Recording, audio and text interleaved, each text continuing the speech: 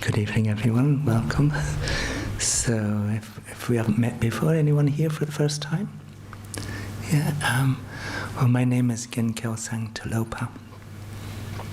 And tonight we're going to do something special. We're going to meditate on the extraordinary practice of taking and giving. Taking and giving. So there are many benefits of doing this practice. It's we create the cause to make rapid progress towards enlightenment. And particularly our mind of compassion grows and becomes stronger and stronger. And in the process, we ourselves become more able to deal with difficulties that arise in our life. In fact, we come to enjoy dealing with difficulties. We get so good at this practice of taking on other suffering. In ancient times, the first Kadampa Geshes and the followers of Atisha, they were great scholars. Hello. They were great scholars, but they were also great practitioners. And so they used to think, oh, give me more suffering, and I need to be able to deal with this. And as a result, it's like their minds became very strong. It's said that their minds became like anvils, blacksmith's anvil. No? Yes. Yeah. And you can take a hammer and smash the anvil and nothing happens. In the same way, these great practitioners, they could deal with any circumstances, any difficulties that came along, and their minds would not move from a state of peace and happiness. Can you manage that, you think? So your house burns down and you think, oh, how wonderful. Because you're not bothered. Now I can just stay with the neighbors, and so on, and so forth. No? Oh, sorry, if anybody's house is burned down. Yes. So this extraordinary mind, so it's a very strong, powerful mind that is then able to use your mind to work for the benefit of other people. Because difficulties become just like small flies landing on your arm. Nothing's not a real problem. And then you're able to focus, change the focus of your mind to think about other people's suffering. And how you can bring benefit to other people.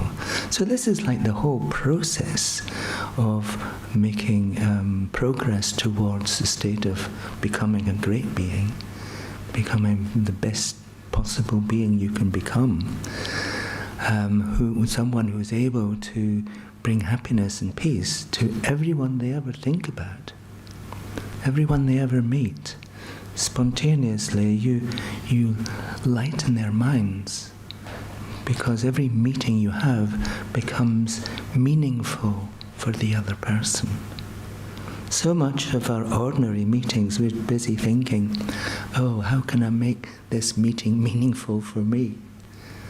But then when you begin to develop these minds of compassion and love, how can I make this meeting meaningful for other people?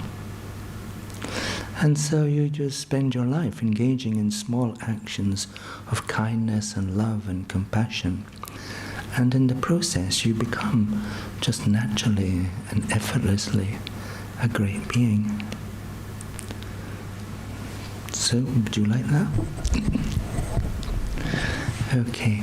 Well, we're going to begin with a different meditation than what we usually do. Often we've done the meditation of black and white breathing.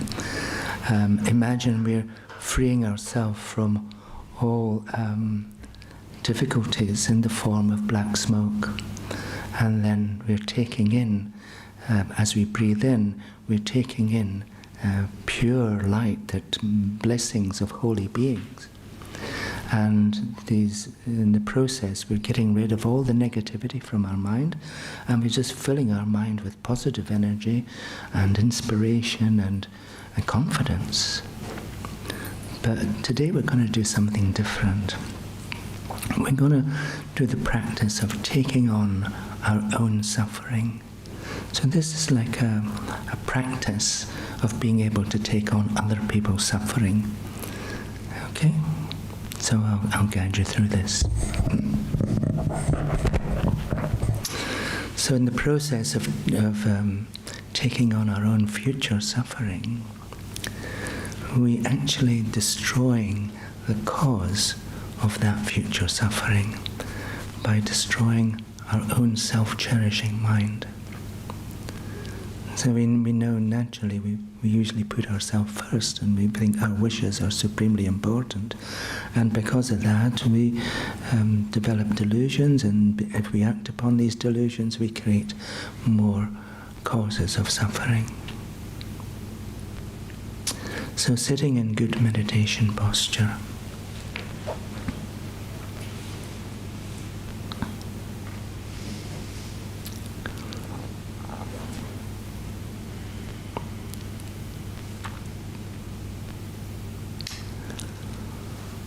And think about the suffering you've already experienced in this very lifetime. All the physical suffering of illnesses, and the problems of aging,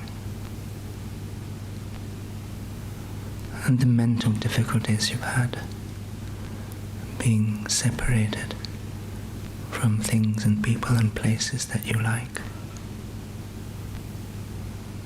and having to encounter things and people and places that you don't like. And you put so much energy into trying to find satisfaction, something that's going to enable you to find peace and happiness all your life.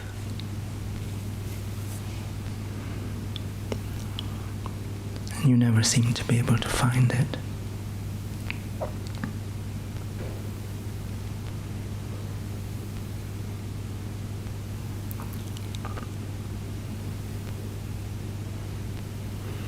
And then we know that sometime we're going to have to face the loneliness and uncertainty of death.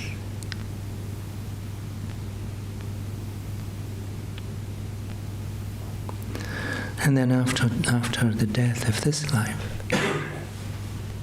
then even if we're reborn as a human being again, then we have to face all the sufferings of human beings all over again.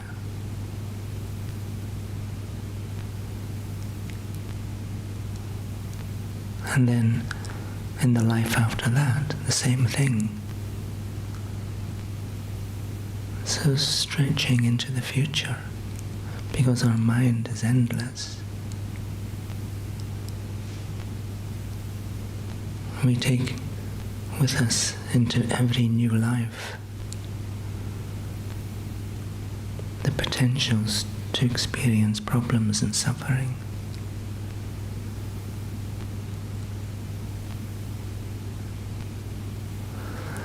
And so this human life that we have right now gives us the opportunity to put an end to all of this suffering, not just for this lifetime, but for all future lifetimes.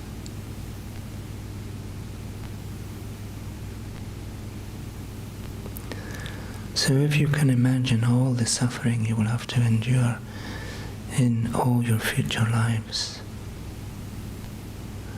and imagine that all of that suffering transforms into black smoke.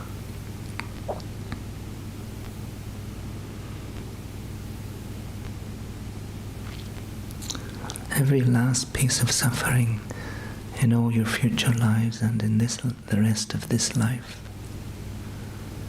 transforms into black smoke. And this smoke gathers in front of you in a thick cloud.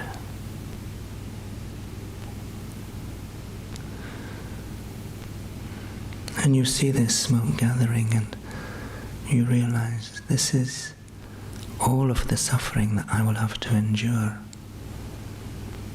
in all my future lives.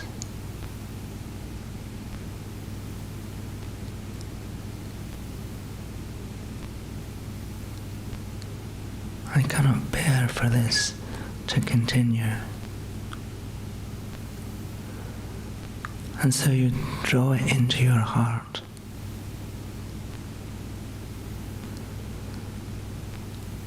And as it enters into your heart, into your mind, at your heart,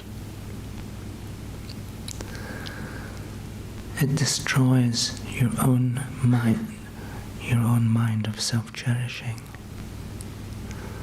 the cause of all that suffering.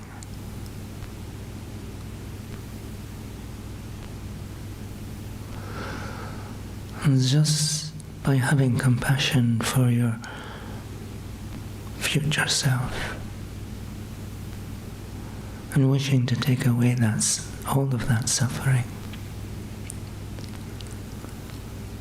you destroy your own mind of self-cherishing, which is the real cause of all that suffering.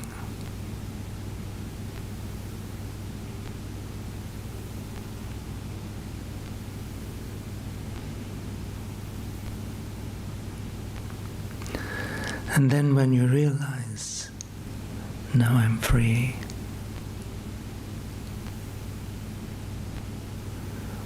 now I'm free of all suffering,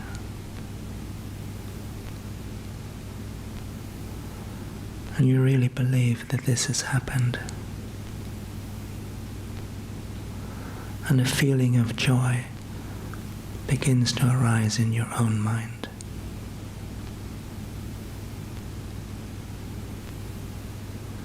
Now I'm free.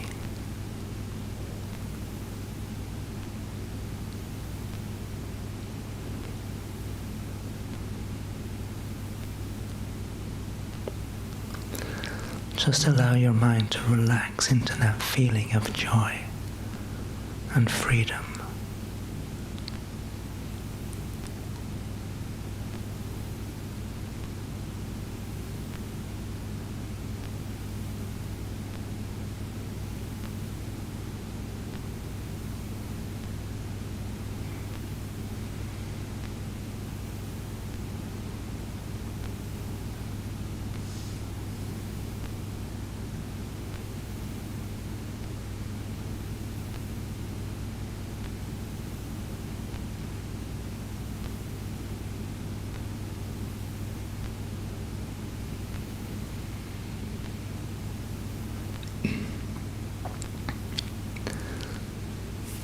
And then for the last minute or so, have a deep conviction that you're actually free. You've actually taken on all your future suffering and destroyed it, and destroyed the causes of that suffering. If you destroy the cause, then the result cannot occur.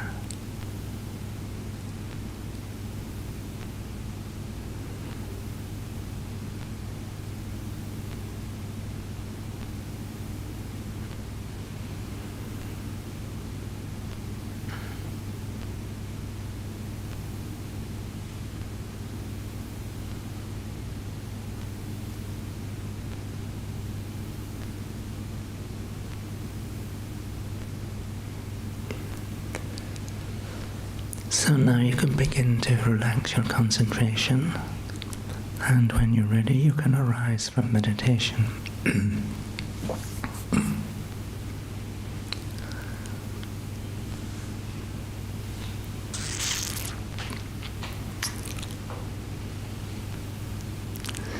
So you might be thinking now, well, I haven't destroyed the code, I have.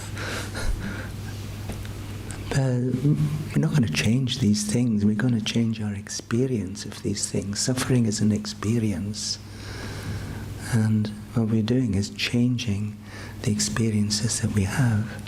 I mean, your house may still burn down, but you don't view it as a suffering or a problem. It's just another event in the great flow of life. So, but this practice of taking on your own future suffering, I would encourage you to do it many times, perhaps every day for a few weeks.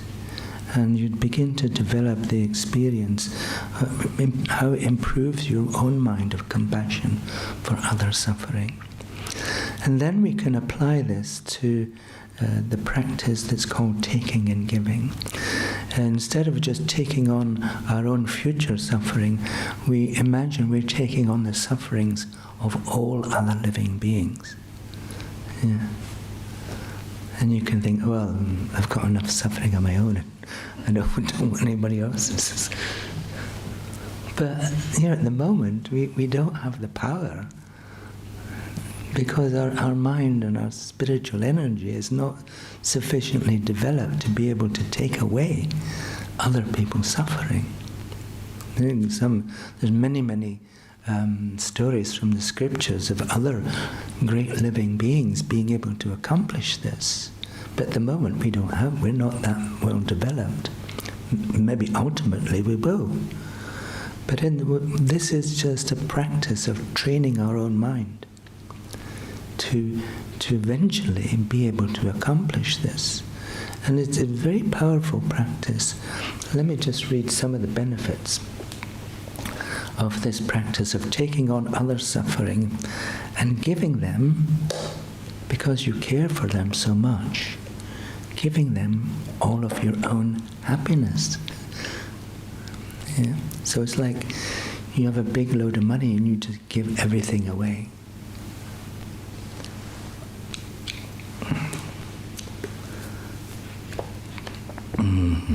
So this is a very beautiful chapter in this text, How to Transform Your Life. It's called The Benefits of Taking on Other Suffering. There are 4 main benefits of the meditations on taking and giving. They are powerful methods. 1, to purify the potentialities of non-virtuous actions. So if you engaged in any non-virtuous actions, any hurtful actions in the past, have you? Yes? No? So if you did, then you planted a potential in your deepest level of mind that you bring with you wherever you go.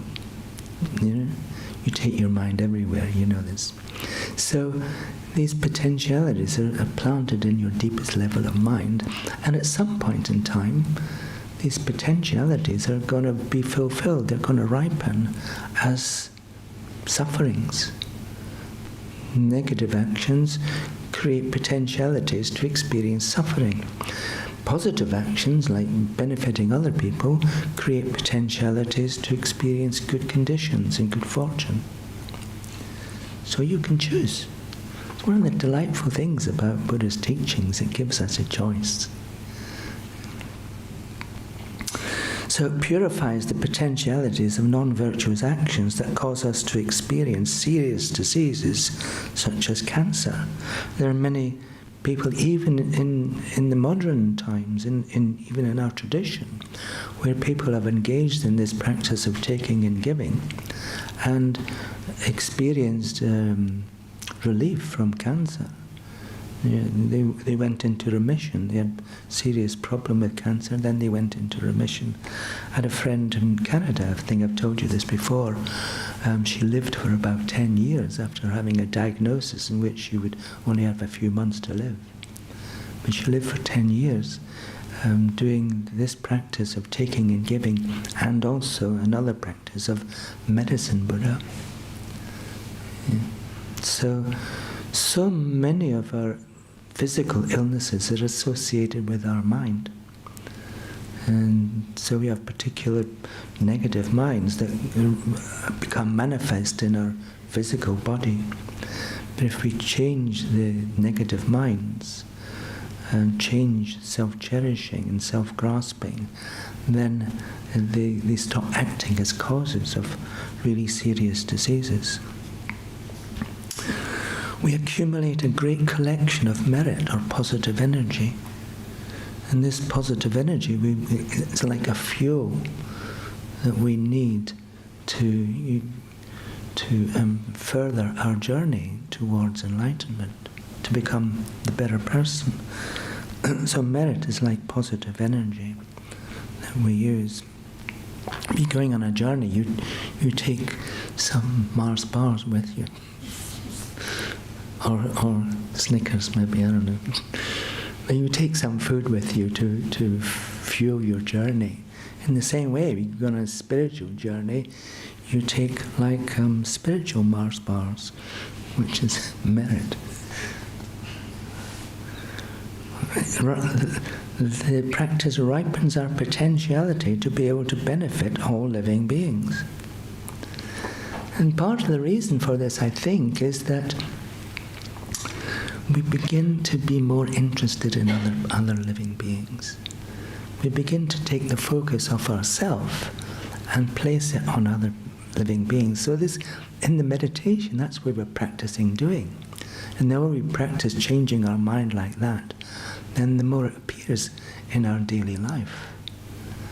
And so the more we place the focus on other people, they stop being like ghosts, and we begin to see who they really are. And then we see that they're suffering too. Yeah, so our compassion grows, and our love for others grows. And so because we're able to see others more directly, then we're able to benefit them. And it purifies our mind.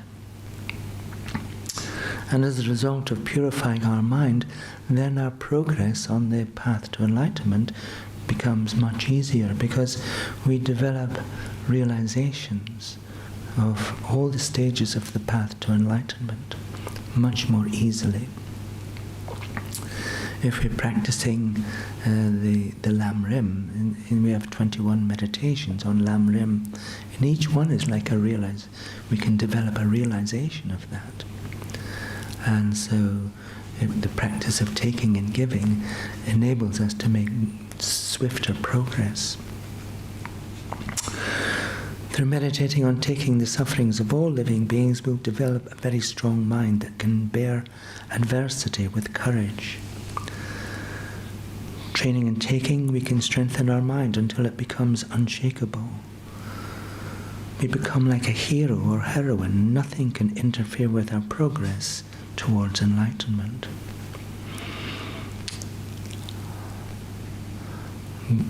Those with deep experience of the practice of taking can easily fulfill their own and others' wishes, because they have so much merit, and because their wishes are always pure and motivated by compassion. Does that describe your wishes? Your wishes always pure, motivated by compassion? Maybe they are, which is wonderful. So, and then there's the practice of giving. What we're going to do is do both of these and combine them into one meditation. So, in this meditation on giving, we imagine that our body transforms into a wish-fulfilling jewel.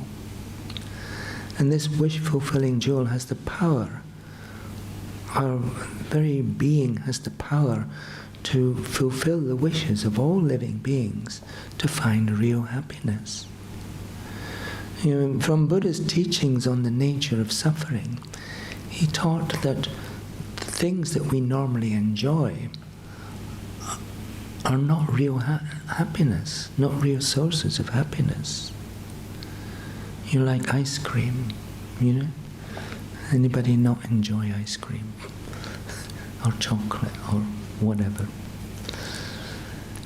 So, if we understand that even if we normally find ice cream or chocolate enjoyable, we know that if we have more and more, we have 5 ice creams in a day, the enjoyment that we will get from the ice cream, it will diminish, and eventually it will turn to experience of suffering.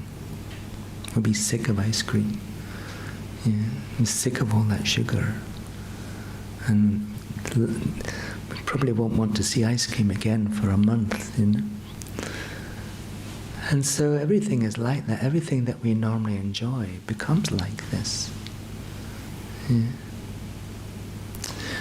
So what Buddha is saying, that because this is what living beings use, these external enjoyments, to seek happiness, living beings in general are always failing to find real happiness. Because real happiness comes from inside our own mind. Improving our minds of love and compassion. You remember, we've said this many times, from Shantideva, the great 8th century scholar. He's saying all the happiness in the world comes from a mind that wishes others to be happy. So it's like a great paradox. The more we wish for our own happiness, the less able we are to find it. The more we wish for other people's happiness, happiness arises spontaneously. So this wishing others to be happy is just a mind of love. So we're wishing others to find real happiness. And so in the practice of giving, we imagine that in the meditation we're giving our own happiness and our potential for future happiness that we've generated ourselves by our own virtuous actions. We're taking all the effects of these virtuous actions that would otherwise cause us happiness, and we're giving it away to others because we care for them so much. We just can't stand the idea of other living beings not finding happiness.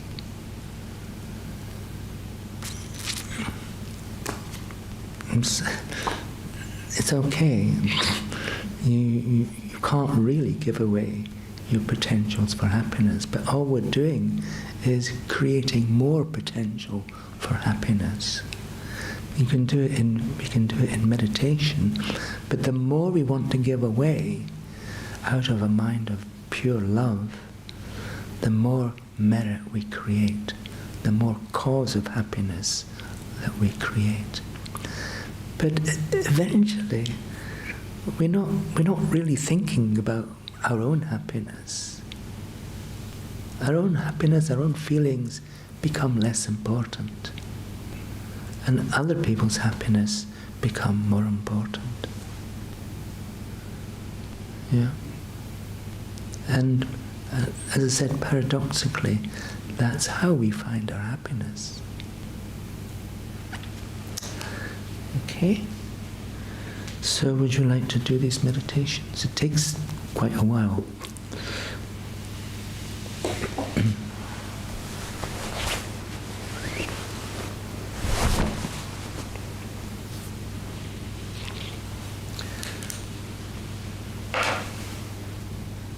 So again, sitting in good meditation posture. Try to have a straight back. You can gently close your eyes, close your mouth. If you wish, you can place the back of your right hand in the palm of your left, like this, and raise the thumbs so the tips of your thumbs touch gently together. And then relax your hands into your lap. For a few moments, just watch the rhythm of your breathing, just allowing your mind to settle.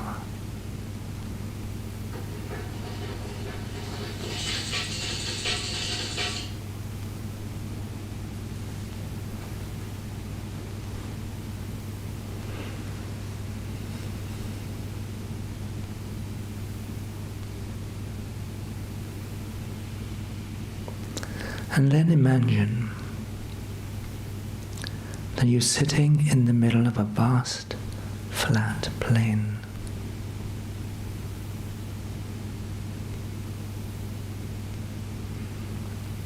Seated close to you and on either side of you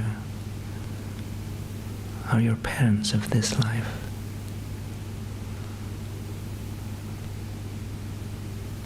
Your father on the right and your mother on the left. And then gathered all around are your close relatives and friends, your loved ones.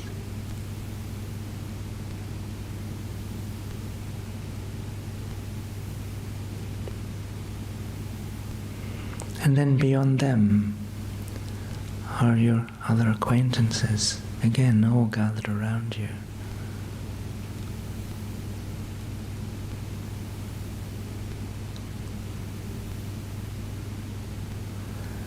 And then beyond them are all other living beings, all appearing in a human form.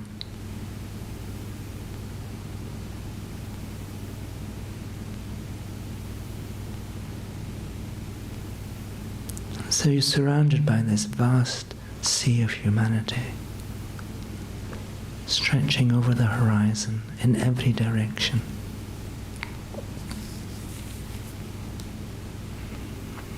And so you first turn your attention to those who are closest to you, your close relatives and friends and loved ones. And you ask yourself the question, how are they?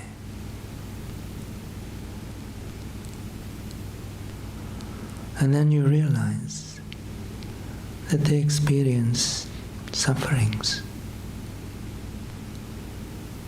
They experience all human sufferings.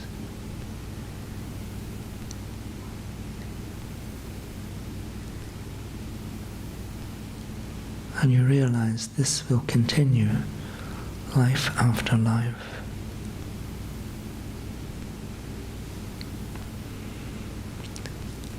And the thought arises in your mind, I care for them so much. I cannot bear their suffering.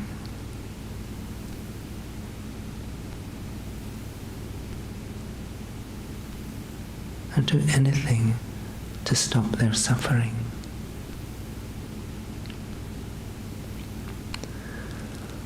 And when that thought arises in your mind, it causes all their suffering and all their future suffering to transform into black smoke. And again, the black smoke gathers into a small cloud in front of you.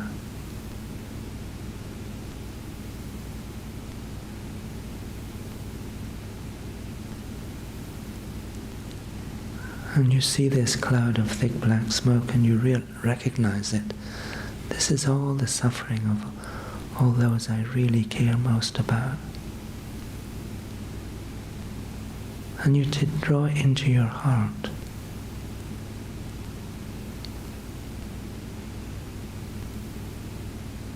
Where it's completely destroyed.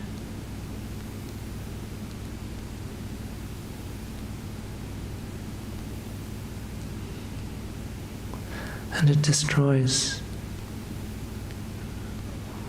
a whole part of your self-cherishing mind.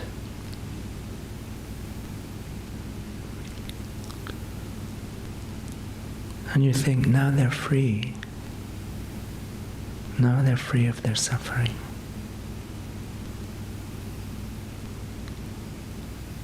But they're still unable to find real happiness.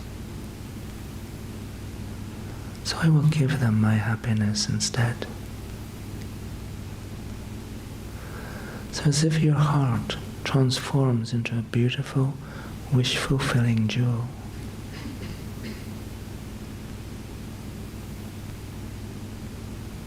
And light rays radiate from this jewel at your heart.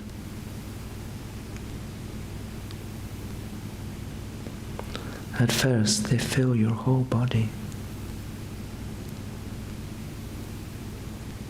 And the light from your heart becomes so strong. It radiates through every pore of your body. And as the light radiates outwards, the light of your own mind of love touches those who are closest to you. And immediately they experience immeasurable joy.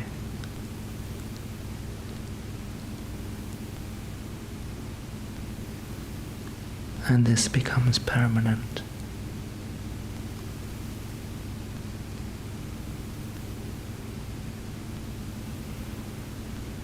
And then you turn your attention to your other acquaintances, and again you ask yourself the same question. How are they? And again you see their suffering. And again you think, because I care for them too, I want to take away their suffering too.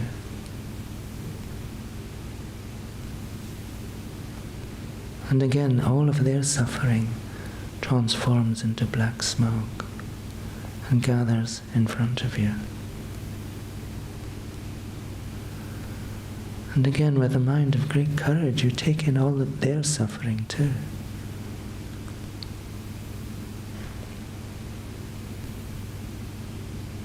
Imagine all that smoke drawing into your heart and being destroyed, and at the same time destroying some more of your self-cherishing mind.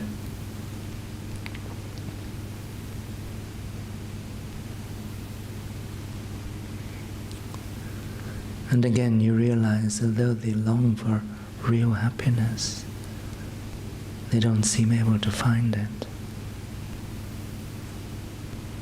And again you think, I will give them my happiness and my potential for happiness. So again from your heart, rays of light radiate from every pore of your body. And this light radiates outwards in every direction.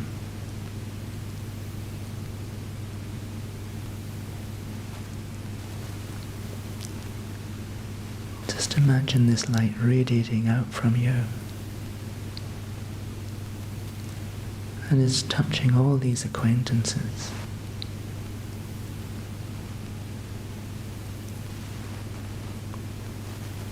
And again, now they find real, permanent, immeasurable joy.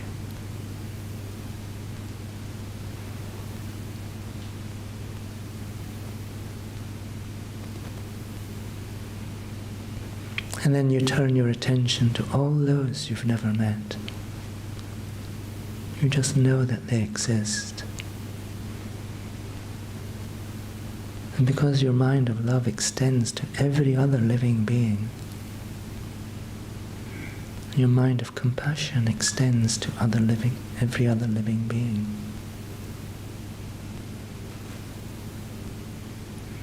And again, you want to take away their suffering too.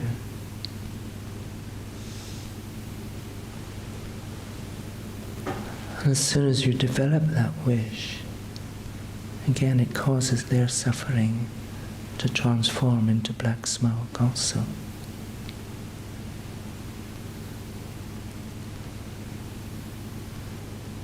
And the smoke from every other living being gathers again in front of you.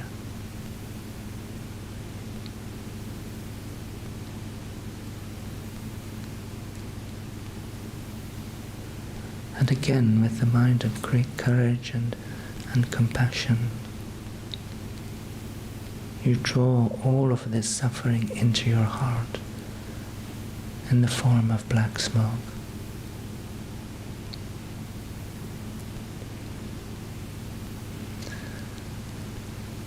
And this completely destroys any remaining self-cherishing mind that you have.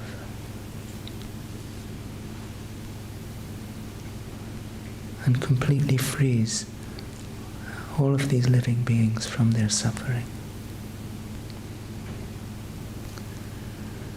But again, you notice that all of these beings you've never met, they too long for real happiness. And again, you wish to give them all of your happiness and your own potential for happiness. And so again, the light of your love radiates from your heart outwards through every pore. And it just spreads outwards like an atomic explosion, bringing immeasurable joy to every one of those living beings whom you've never met.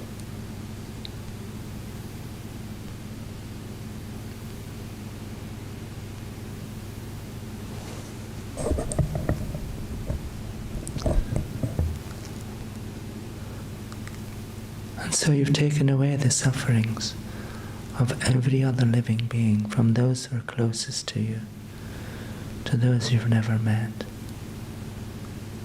And you've given them all immeasurable joy, and this is now permanent. And when you just observe all of these living beings now, from those who are closest to you, loved ones and close relatives, and your acquaintances, and all those you've never met. When now you observe them and you see their freedom from suffering, and you see their immeasurable joy, the feeling of joy begins to grow in your own mind. The more you contemplate what you've accomplished, the more this feeling of joy grows in your own mind. With every breath you take, this feeling grows stronger and stronger.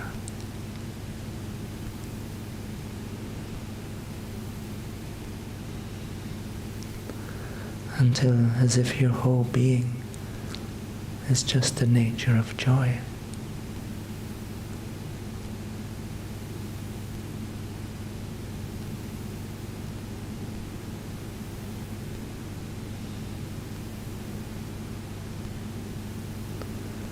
Really experience this feeling of joy arising from your mind of love and compassion. And just allow your whole mind to relax into this feeling.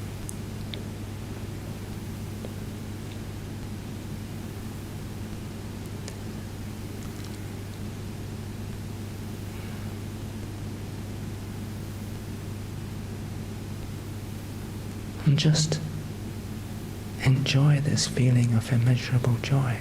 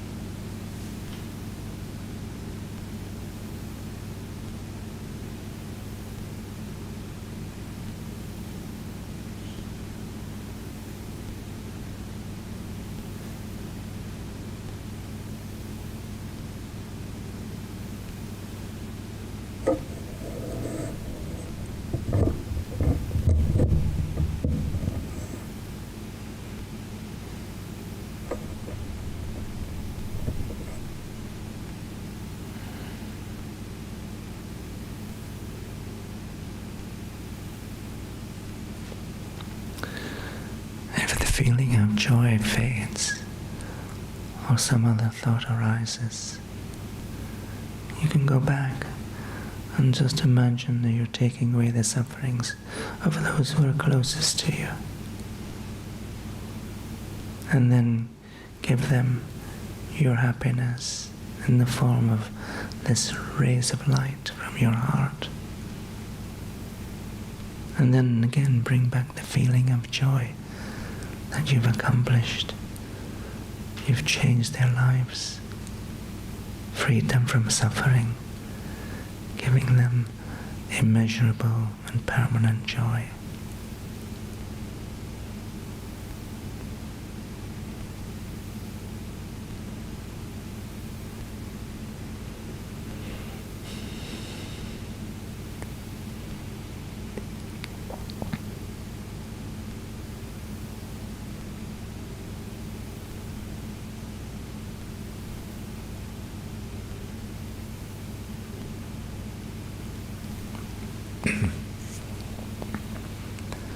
And then for the last minute, try to have a deep experience of the joy that comes from your own mind of compassion and love.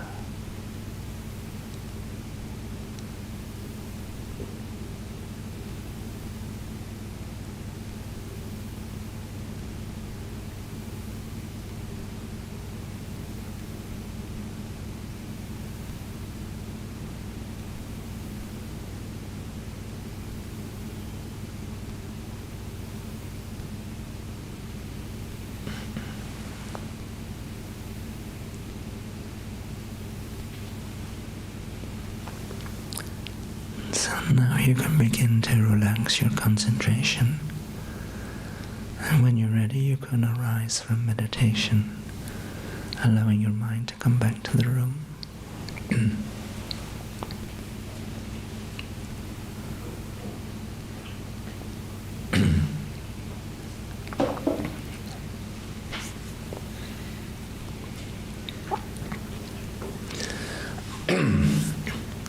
So maybe you can gain the experience of these two meditations together are very powerful in changing your mind, because you begin to experience the joy that comes from these beautiful minds of compassion and love.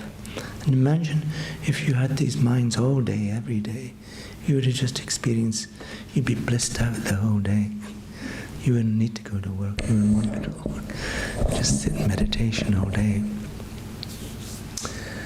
So there is a way in which we can accomplish this. It's called mounting, taking and giving upon the breath. Mounting, taking and giving upon the breath. So we have to breathe in, right? And then just naturally we breathe out again.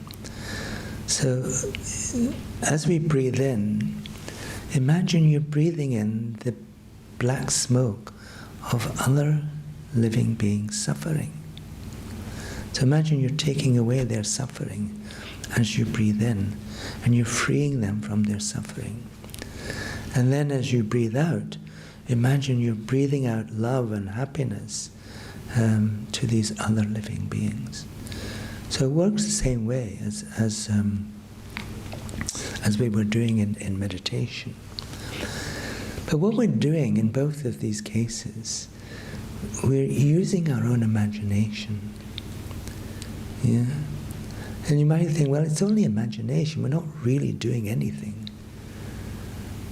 But if we strengthening our imagination, in order to accomplish anything, we need to be able to imagine it. If we can't imagine it, it's not possible for us. Yeah? If you can't imagine yourself being successful and passing exams and becoming a wonderful, loving, compassionate, wise person, if you can't imagine that, it's never going to happen. But what we're doing is practicing using our imagination to actually take away, imagining we're taking away other suffering.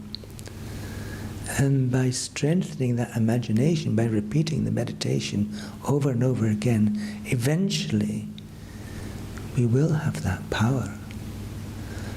Because as I said, the way these meditations work, they work to strengthen our mind, to purify our mind, to develop our minds of compassion. You don't notice it at the time, but if you keep doing these meditations over a longer period of time, you notice a difference. And it becomes easier to find compassion in your heart. It becomes easier to find love in your heart and the joy that comes from these minds. So what we're doing actually is practicing being an enlightened being, because that's what Buddhas are doing all the time. That's what their job description is, to take away other suffering and give them happiness instead. So that's what we're practicing. It's like our apprenticeship. We're apprentice Buddhas, if you like. No.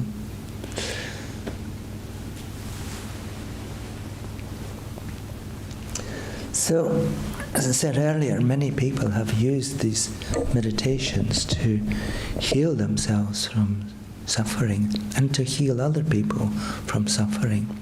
So if for example, you have a cancer, you do the meditation for everyone else who has the same cancer. So let's say if you had, I don't know, lung cancer or something, then you would imagine all other living beings throughout the universe with the same cancer, and you imagine that cancer transforming into black smoke.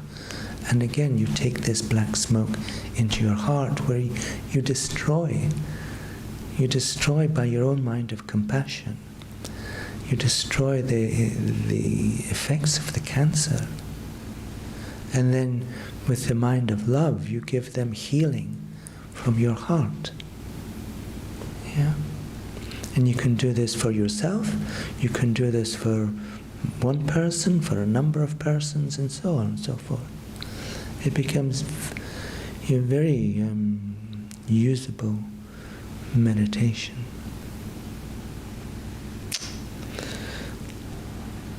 Okay, we happy about this? Or yeah. Okay. So we can finish early because just one or two people have some other things to talk about this evening, like Sudhana and Fee, who you saw coming in late.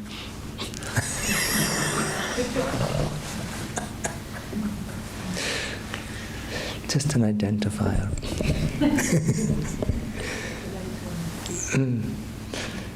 Yeah. So would you like to... Well, what they're going to talk about is not just the need for our center to grow organically anyway, but also we have a former General Spiritual Director, Genla Kelsang Khenrab, who is the main teacher in Tara Center. He's coming to St. George's Hall on April the 16th. And so we're going to try and fill the hall at least once, which holds 500 people. So we have to sell 500 tickets at least. And so we're going to have a campaign to spread the word about this. Imagine if we don't do anything and nobody knows about it, we get about 10 people turning up, which would be a disaster and a complete waste of Genla Khenrab's time. So we want to do a great marketing campaign to help people not just who come to the centre, but help people in other parts of Liverpool and Merseyside and other parts of the world to know about this event and show them how amazing event it is and keep reminding them that it's going on and encouraging them to come in order that we fill the whole place. Imagine we're filling a place with 500 people, all receiving teachings from Genla Khenrab. What a big impact that would be on the whole community of Liverpool and Merseyside. And so part of that process is giving out leaflets and so on. And so all of us can do something towards that. Actually, Fee was mentioning a few days ago, we have our current General Spiritual Director, Genla Kelsang Dekyong, amazing teacher, teaches all over the world to thousands and thousands of people. At one time, she must have seen, before she met Buddha's teachings, she must have seen a card or a flyer or something somewhere. Someone posted that flyer in a shop or something. And as a result of that, she who is now Genla Dekyong is now this great teacher and has spent the past 30 years giving teachings all over the place. How many people have benefited from all of those teachings, initiated by this person who placed that card? Imagine if you place a card in a shop and somebody sees this card, starts coming to centres. In 10, 20 years, they become the general spiritual director of our whole tradition. The merit you would have been created from that single action of placing a card in a shop is immeasurable. Immeasurable benefit to immeasurable people throughout the world. And you get the merit. You get half the merit that's created by that process. So you should be rushing to get hold of these cards to put them out. Coming soon. Coming soon. But first, if you could get a mention, we're going to be doing this testimonial. Okay. Come forward for a few brief words, a sound bite. Okay. So you would be recorded, right? Oh yes. And this would go public. Yes. So you become famous. So, if you have benefited from coming to Kadampa Meditation Centre Liverpool and from the teachings you've heard and the interactions you've had with other people who come to the centre, then if you can say a few words, this would be absolutely amazing, because it would help to encourage other people and would see how maybe they would think, maybe I can get the same benefit if I go there too, if I go to these teachings or think about Buddhism and read Dharma books as well. So this is how things spread, and word of mouth is by far the best publicity. So we want your words. Okay. How's it going to work? We'll invite you all for tea afterwards, and we'll just all chat and mingle, and then we'll see what happens. But if you feel shy on camera, you don't have to be recorded. We could also just do a photo of you. You can tell us a few words about what's changed for you as a result of coming to class. Yeah. Something like that. And that would really encourage other people to come. So, and if you feel like you could be videoed, that'd be great too. But really your call and no pressure. Yeah. Come Great. for tea. Come and have tea with us. And Come for figure it tea. out. Wonderful. Okay. Does anyone have any questions about the meditations we did? So would you think you would be happy to practice them in daily life? Yes? No? Well, we'll talk about that. Thank you so much.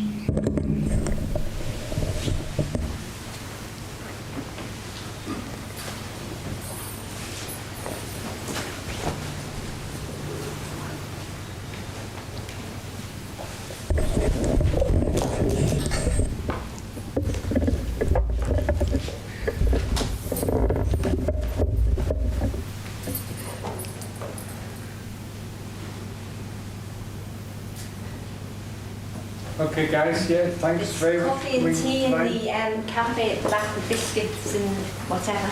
We'll grab you with biscuits. Yes, you can dunk them.